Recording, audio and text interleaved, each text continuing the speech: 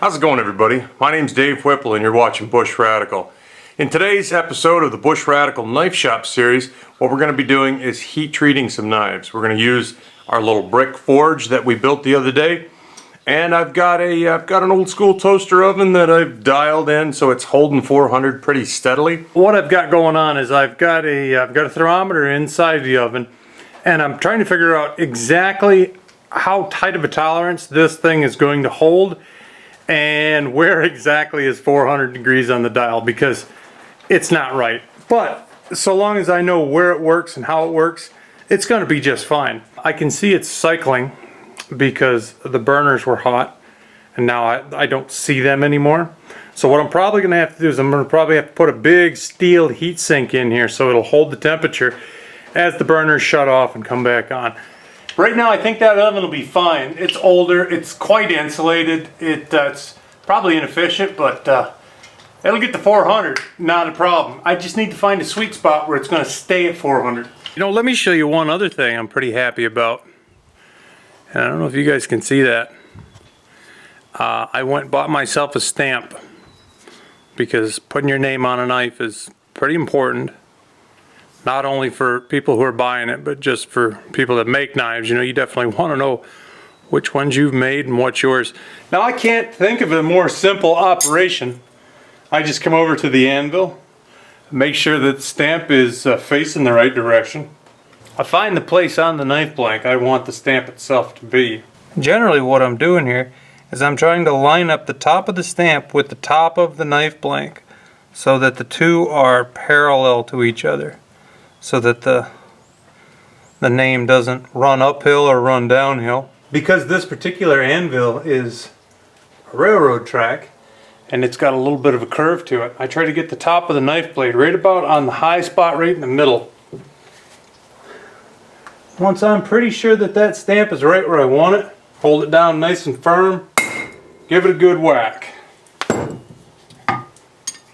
And that's pretty much it in a nutshell. On this particular knife, I put that stamp on both sides.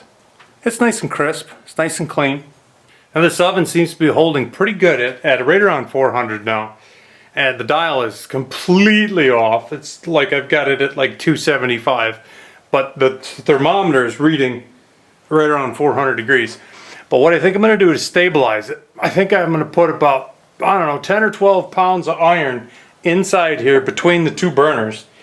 And once this iron gets up to temp, you know, this being a sledgehammer and this just being a giant block of iron, I think that's going to go a long ways to hold that temperature when the oven cycles. Alright, so let's see if I can get these things in here without burning myself silly. Take out this little thermometer. Remove the grate. Drop in the old sledgehammerish. Drop in this old block of iron.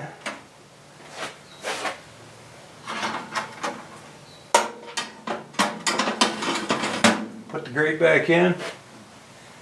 Put the thermometer back in. Now it's probably going to take a little while for that sledgehammer and that other block of iron to get up to temp. So I'm just going to hang out for a while. Let's light the forge.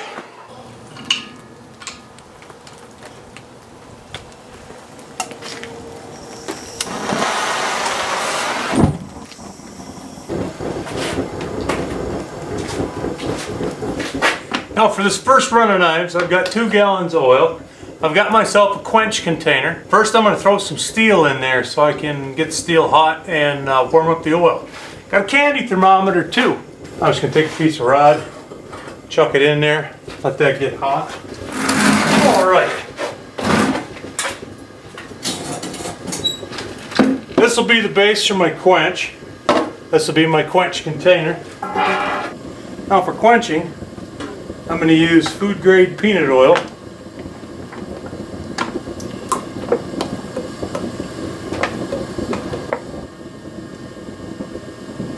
Now I want to get my oil up to somewhere around 125, 130-ish. I got myself a candy thermometer. We'll just put that right on the oil. You can see I just put another chunk of iron in there. Help get this oil going. Peanut oil smells good. Heck yeah. Makes me want a corn dog.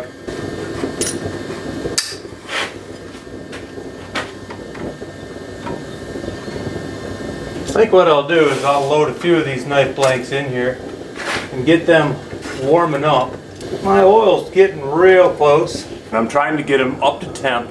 I'm trying to let them soak for about 10 minutes because 01 evidently really likes to soak at temperature. Kind of tricky with the forge. I keep turning them and moving them and making sure they're about the right color and they're constantly rotated so one's not just screaming hot and the other ones are not quite there. We'll just keep an eye on it and see how it goes.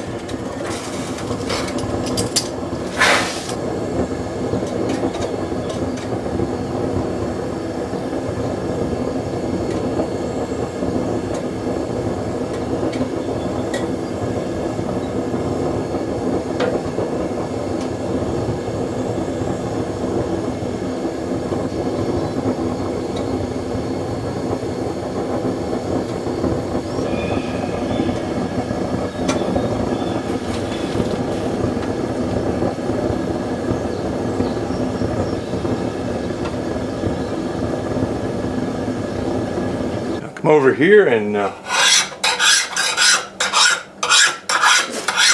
give it the file test.